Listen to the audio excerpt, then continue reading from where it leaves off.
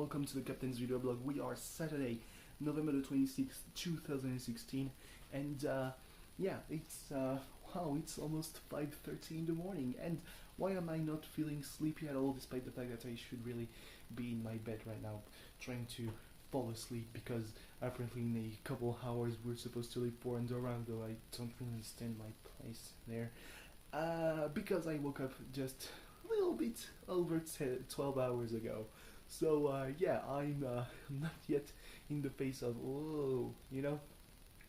like I was yesterday at the same time when I did the video weblog, and I had to speak at a low volume because the TV was off, which is usually it makes some kind of sound buffer when I do the video weblog.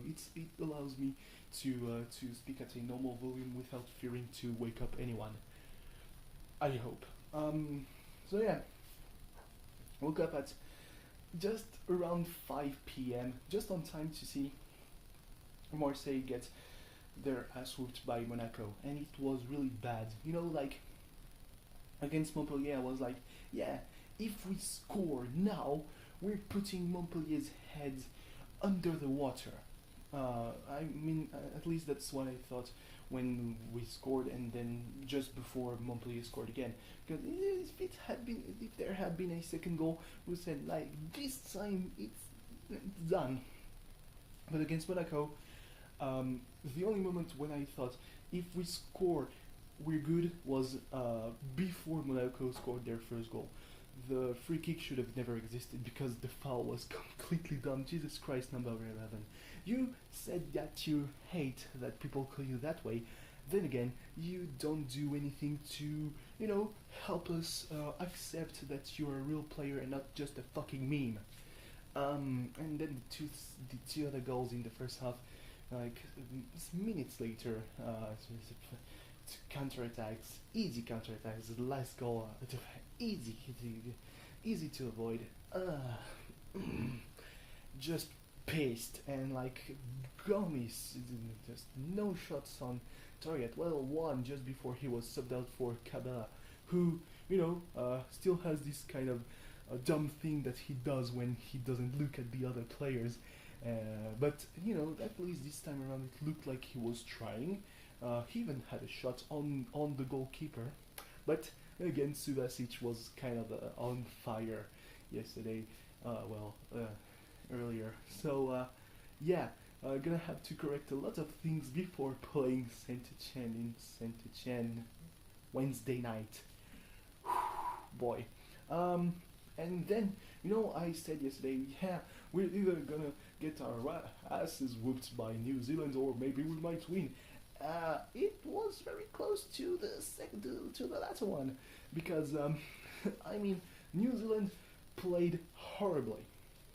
France played very well. Just the last pass wasn't good enough, except with Soren. Soren, I have stars in my eyes. He's good, this young lad. He's probably younger than me, playing well in Bordeaux, playing well in with the national team. Jesus, he might as well be pushing Machno out of the starting lineup. I feel so bad for saying that, but then again, Machno hasn't done shit until he got subbed. I mean, he scored 6 points, which is not really something, but Soren scored 9 points. No, not 9 points because we ended with 19. Yeah, he helped score the try with a wonderful Shistera to Louis Picamol, just eliminating like three All Blacks on just a little pass behind the back. Well, not even a meter the ball has flown until it landed in Picamol's hands.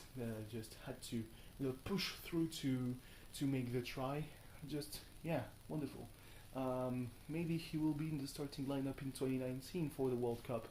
And it's very good omen for the Six Nations, the Five Nations. What am I? 5 before Italy was even put in. Like, Italy is the worst of the Six Nations, but they are probably one of the best teams in Europe. That's something we tend to forget because, they're one of the worst teams in the elite of world rugby. So yeah. Anyway, So why did I go to sleep? Why did I wake up at 5 p.m.? Well, the reason is simple, and I will just, you know, I won't go too deep with that. It's because Fidel Castro died, and you know the sheer shock pushed me to probably 10 a.m. It could have been way earlier. And it's kind of ironic that Fidel Castro, he did middle fingers to 11 U.S. presidents. Well, at least metaphorically, if not literally. Met with Nelson Mandela, Malcolm X, and just great people. And he died in 2016, like just a fuckload of people after dodging over 600 assassination attempts. It was the worst probably was that he died on Black Friday, the epitome of capitalism in the U.S. Just coincidentally was the day of the death of Fidel Castro, one of the biggest revolutionary figures. Probably on the same level as Lenin. Would say that Mao was probably a bit under because I never really agreed with his vision of communism, which is kind of a topic that makes me at odds with the rest of my family because Jesus Christ. Then again, I do not like Stalin either, so yeah. Guess I disagree with lots of things, with my family.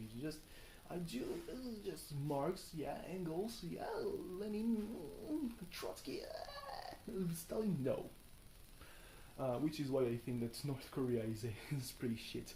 But yeah, seeing the people in the streets of mainly Florida made me think like some of these people, maybe a majority of these people voted for Trump, and it's like, well, I mean, the youngest ones, those who were born in America and therefore never knew the dictatorship, the very authoritarian regime. You cannot deny that it was a very authoritarian regime, even when you're a communist, of Cuba.